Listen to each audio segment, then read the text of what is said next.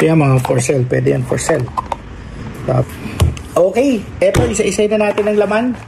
First, bumungad sa box is Johnny Lightning na AC Cobra. Ito talaga yung original na casting na kinokolekt ko. Medyo marami-rami ako nito. Yung hinahanap ko na lang yung RLC. Meron pa rin naman, pero sobrang hindi ko na, medyo mahirap na namin. Pero yung pinaka gusto ko talaga makuha yung RLC, wala ko nun. And almost lahat, I think may mga 6 na lang na casting ng Hot Wheels AC Cobra na wala ako. Tumaan. Ito, I think, alam ko mayroon na akong loose nito pero nasa kabilang bodega. So, yung mga AC Cobra ko wala dito. Wala sa Metro Manila.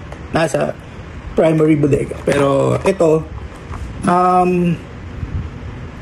alam ko meron ako pero binili ko na lang just in case wala pa akong card. Pero alam ko meron akong loose. And then, ito, display ko to bago nung baha. Ngayon, hindi naman to original. Hindi ito yung mamahalin na na mga pero alam mo, pag-display lang, not bad na rin. I think, ito ganito nasa 1,500 to pag bibili mo. Ito yung mga parang mukhang mahal pero hindi mahal. So anyways, binili ko lang kasi favorite ko si Deadpool ever since nabasa ko siya nung college. I used to buy X-Force. So I have 1:30 ng X-Force or number 1 to 20 ng X-Force. Yun yung group na si Cable yung nag-lead. Nandun si Cannonball, nandun si Domino, Shatterstar, and nandun si kalimutan ko na ibang character pero nandun si Deadpool. So, doon ko unang nakita si Deadpool. Okay. Regarding yung nabaha, ito yung nabaha. Ito yung item sa box na to na nabaha. Medyo mahirap yung kunin. Dalawang piece. Paano ba ito? Itatayo ko muna itong isa. So, yan si Voltron. Ngayon, inabot na ng water na si Rhinox.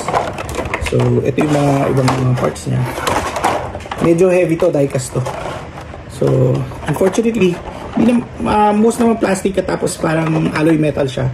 May mga ibang tornilyo na nagkaroon ng corrosion. Anyways, ayan. So, medyo mabigat. Dito sa side. Okay, gusto nyo na makita ulit. Ang hirap na rin kasi baka biglang bumalik. Diecast. Voltron. Meron isa, ito. Hindi ko pa inopen since binili ko. I think I bought mga 5 pieces nito. Unfortunately, the prices didn't go up kasi ang dami nagbenta. So, hold on to this na lang muna. Ito, may video ako ginawa nito. Well, actually, ang wife ko may ginawang video. Siya ang digital editor natin, digital artist natin. I bought this a year ago before the flood. And ang tawag nila dito mga true scale. And this was only very affordable. Wala sa 500 pesos isa. Super ganda. Ang ganda niya. And you know, if you like true to scale katapos na budget, ito bilhin nyo. Sa Toy Kingdom meron to. I'm not sure kung meron pa rin to. I really have to get glasses na. So, poster cars.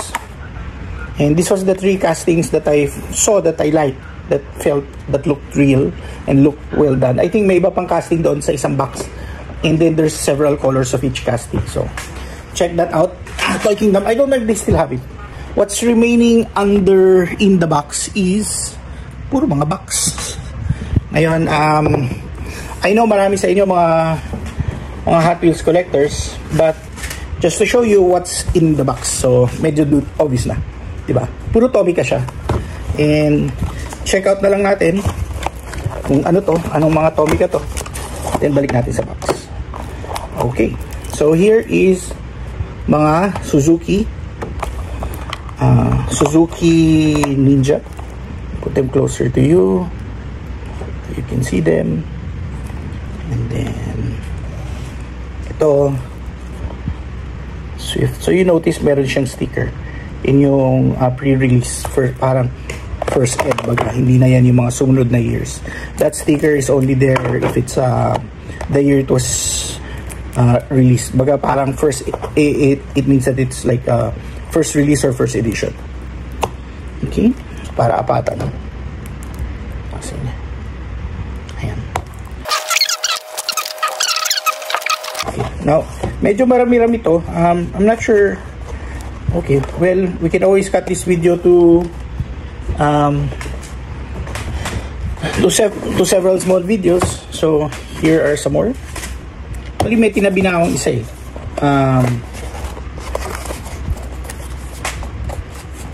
Again, these are just combinations of different Tomicas. And ito may mga, ito mas interesting to. Ito mas interesting tingnan to. See what they are. Okay. So, sa Tomica, medyo mahilig tayo sa GTRs. Yan. Mahilig sa A86. Another GTR. Then, ito yung mga hard to find. So, Star Wars, Zero Craft Tomica. So, most of them are in the first boot. Star Wars.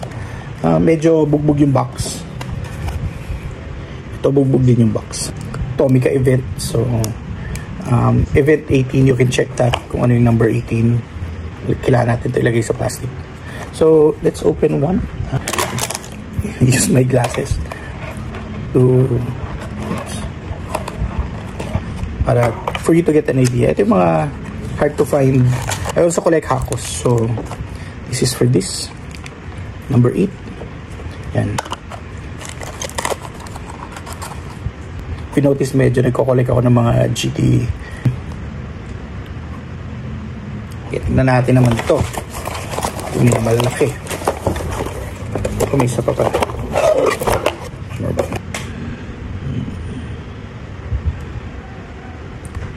Ito, premium Subaru Nissan GTR R32. Ito. It's an open R34. Ito maganda to. I think madali na ito makuha. I'm not sure if this is still A84, kung rare pa siya. You know, Toys R Us Toyota, premium Skyline, silhouette, parang silhouette style. Another R34 GTR police car. Yeah. Premium. It's another parang 4-door R34. So 4-door Hako and a 4-door GTR R34. Let's get another box. Okay. Hindi automatically Tomica. So ito pwede natin ito for sale. So this is a Range Rover rubber tires matchbox. S2000 rubber tires matchbox. So yan mga for sale. Pwede yan for sale. We have here rubber tires. I actually collect itong mga to. So, I'm not sure if I'll be selling this particular one. Might keep it. Let's see. We can sell this. Let's see if we can sell that. And then, Tomica. Another matchbox